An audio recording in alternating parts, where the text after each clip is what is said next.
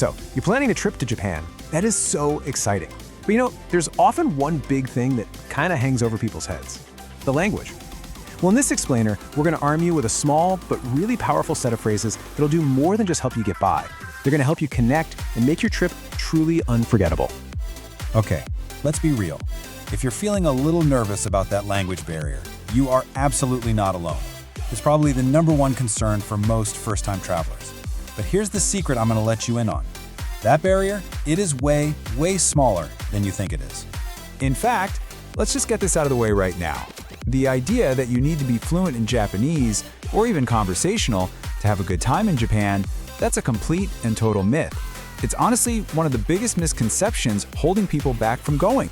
And hey, don't just take my word for it. Travel experts at Boutique Japan say it flat out. You can have an amazing trip without learning a single word. Why is that? Well, for one, English is taught in schools all across Japan, and you're going to see English signs pretty much everywhere you need them. Train stations, tourist spots, you name it.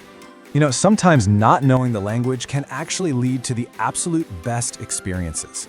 There's this great story from a writer who got hopelessly lost in Kyoto. An older gentleman didn't just give him directions. No, he personally walked him a full 15 minutes to his destination and expected nothing in return. That right there, that's the real spirit you'll find. So, what do I mean by that? Well, let's say you're in a restaurant and you need to get the waiter's attention. A friendly sumimasen is perfect. Then, say you're on a crowded train and you accidentally bump into someone, a quick sumimasen is the perfect apology. It works for both "excuse me" and "I'm sorry." See? So useful. So, for example, you want water? Mizu o kudasai. Want a beer? Beer o kudasai. Need to buy a ticket? Kippu o kudasai.